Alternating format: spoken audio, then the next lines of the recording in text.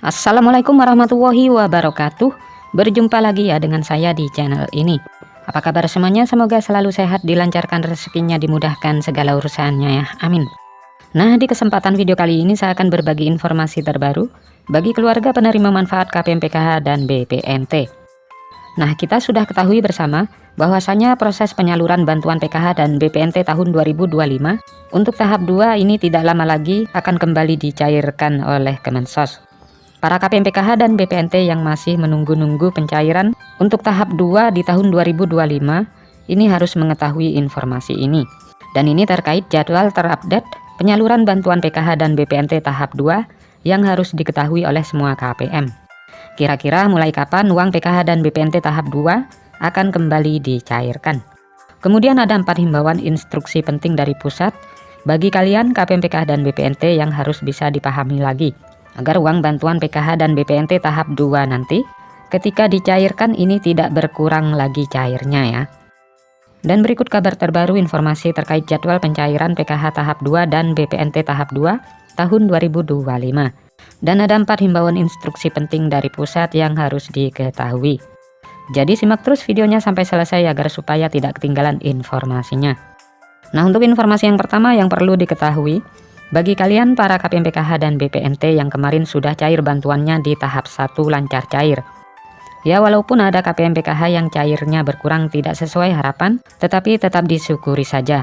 Berapapun jumlah nominal uang bantuan yang diterima, yang penting masih bisa cair. Kemudian perlu diketahui bersama, terkait jadwal penyaluran bantuan PKH dan BPNT tahap 2, yang tidak lama lagi akan segera dicairkan kembali oleh pusat. Dan diprediksi, proses pencairan bantuan PKH dan BPNT tahap 2 ini tetap akan kembali cair menggunakan kartu KKS merah putih, dan ada juga KPM yang cair lewat PT Pos Indonesia. Dan untuk waktu pastinya itu akan dicairkan di tahap kedua di antara bulan Mei dan bulan Juni.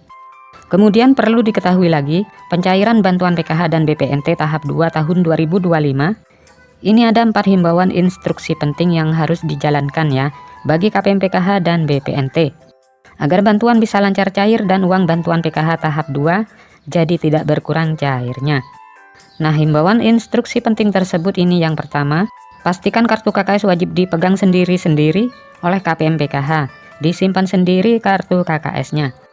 Jika kartu KKS KPM dipegang oleh orang lain, harap segera diambil kartu KKS-nya ya.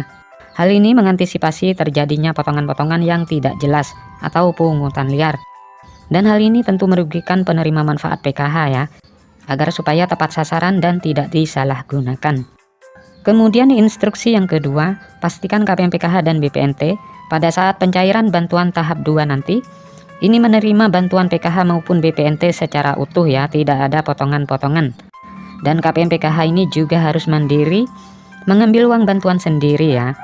Kemudian himbauan yang ketiga yang wajib diketahui, ini adalah bantuan PKH dan BPNT dipastikan tidak untuk membeli rokok ataupun untuk membeli barang-barang yang bukan kebutuhan pokok.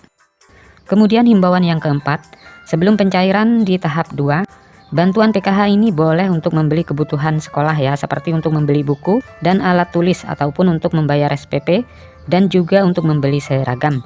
Dan ini bagi KPM yang ada komponen anak sekolahnya. Dan bantuan PKH juga dipastikan untuk membeli bahan kebutuhan pokok yang bermanfaat, seperti beras, buah-buahan, dan sayur-sayuran.